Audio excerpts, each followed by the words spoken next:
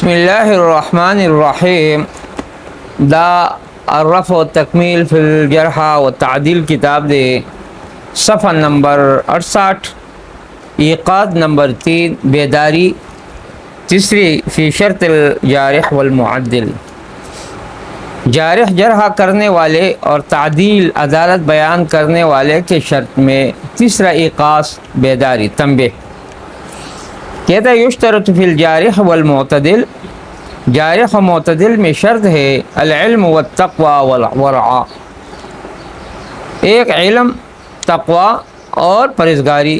والصدق اور اس طرح صدق والتجنب عن التعصب اور اپنے آپ کو بچانا تعصب سے ومعرفت اسباب الجرح اور دوسری بات یہ ہے چوتھی کہ اسباب جرح کی معرفت اس کو حاصل ہوتا والتزکیہ و تزکیہ یعنی شرط پہ جارح کے پہ معدل کے چسک تعدیل بیانی علم تقوی ورع صدق اور تجنب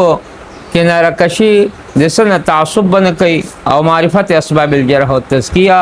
چی دے اسباب دے جرح اور تزکیہ و توم چی دے معلومی کدا معلوم نوی ندل پارا دا شے بیا ناجائز دے لکا ومن لیسا کذالکا سک چی مذکورہ بالا خبر و اہل نوی نلا یقبل منہ الجرح والتزکیہ علماء وی چی ند جرح قبول دا او نچ تزکیہ مولانا عبدالحی لکھنوی رحمت اللہ علیہ وی گورا اوسو اور پسی صفحہ دا قال تاج الدین سبکی دادی زمانے امام دے تاج الدین در نم اصل کے ابو النصر عبدالوہاب السبکی دے نسبت تے سبک تا سبک چی پا زمین سر کہن دا یو کلے دے پا مصر کے او دے وفات تے متوفا دے 771 کی پاربائی کی وطوی 71 بعد 700 او دا ولد دے تقی علی سبکی او تلمیذ دے امام زہبی شمس الدین زہبی رحمت اللہ علیہ جگہ صاحب دی سیر عالم النبلا دے او دے کاشف دے اغا تاج الدین سبکی وی من لا یکون عالما بی اسباب ماہا پر آغا سڑے چی اغا علم دے دے دوارو پا اسباب مانی اخر فی تفسیر سرمانی کے الجرح والتعدیل نہ دی جرح مانی پیگی نہ تعدیل منہ لا یقبلان منہ دا دوارو با قبول نشی منہ دا مننا من لا یکوننا لا بی اطلاقن ولا بیت نہ مطلقا اور نہ مقیدا نہ مطلقا نہ مقیدا نہ پس قید سرا نہ مطلقا با قبول نشی لکا انتہا دا کلام دا غیر حتی ورسید وقال بدر بن جماعہ دا بدر بن جماعہ سوکتے دے وی چی من لا یکون عالم بالاسباب سوک چی عالم نوی پا اسباب دی جرح و تعدیل بنی لا یقبل منہ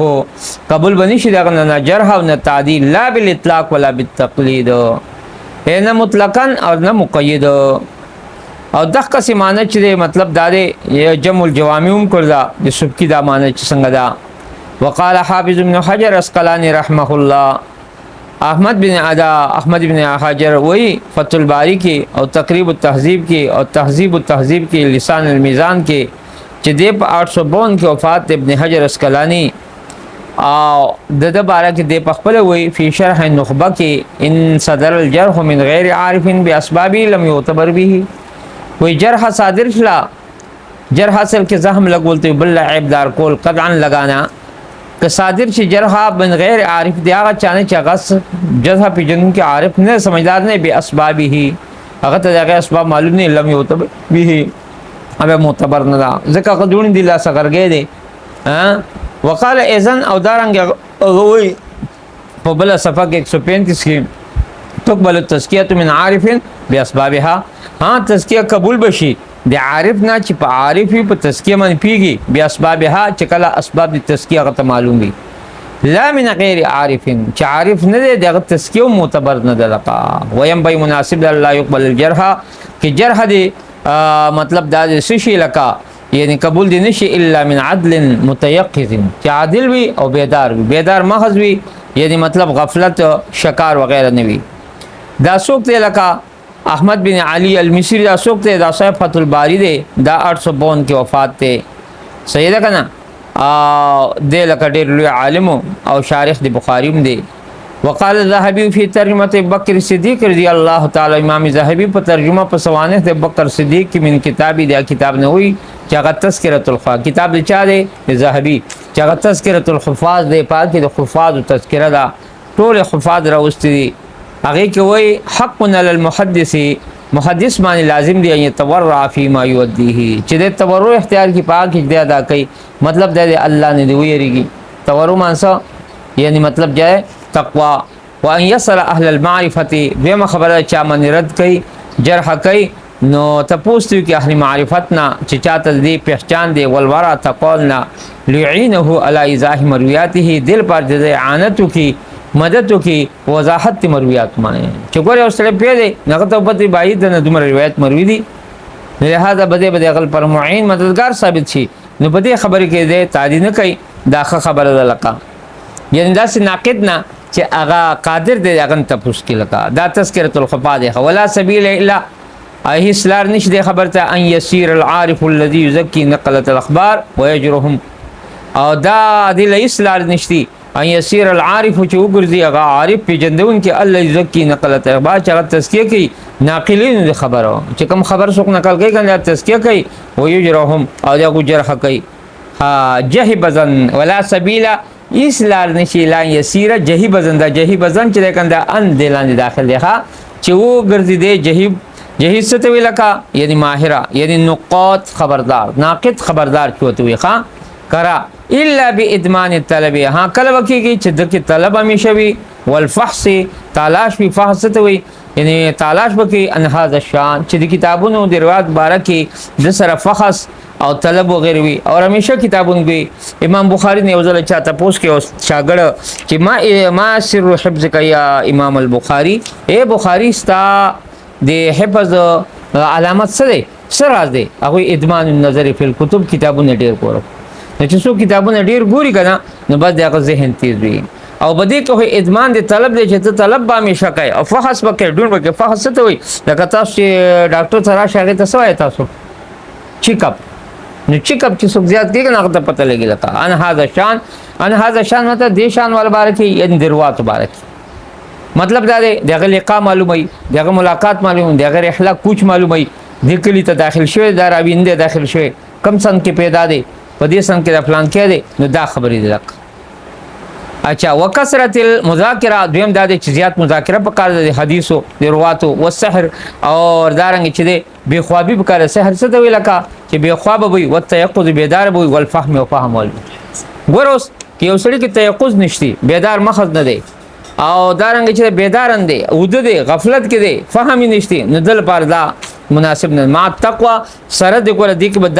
دا نشانات به بکی ادمان طلب وي فحص وي او کثرت مذاکره او سحر وي تيقظ وي فهم وي ما تقوا لیکن تقوا سره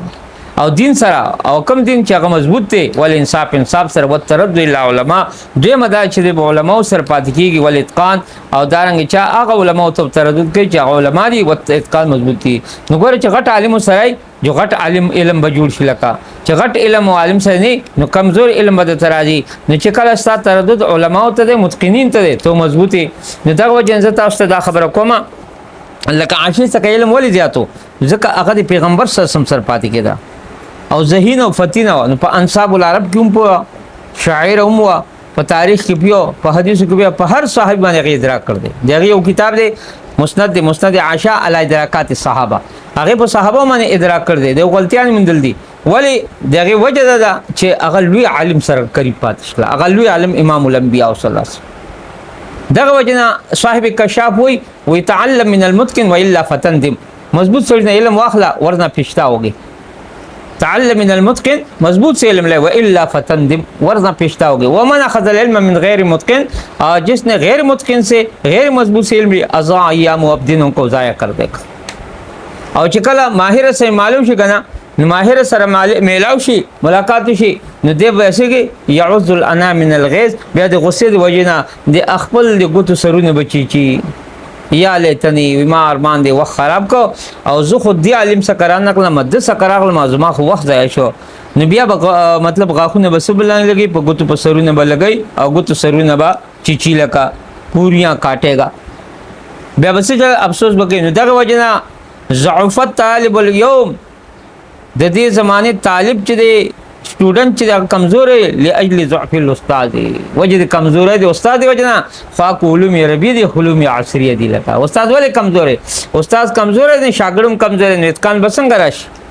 نو ځکه وایي و الا او کتا کې دغه سيزونه نه وي دا شیخ وایي نو تف و الا تفعل تدا کار مکا نو فدع پرید عنك الكتابة لست منها ولو سودت وجهك بالمداد وی فدع عنك الكتابة بیا هدايه حدیث کتابت پریدا لست منها تدغه اهل نه لکا ولو سودت وجهك بالمداد اگر کته تور کې یعنی سشه خپل چهره بالمداد پسی سرا اے په پوز تورول سره انګر نه جوړیږي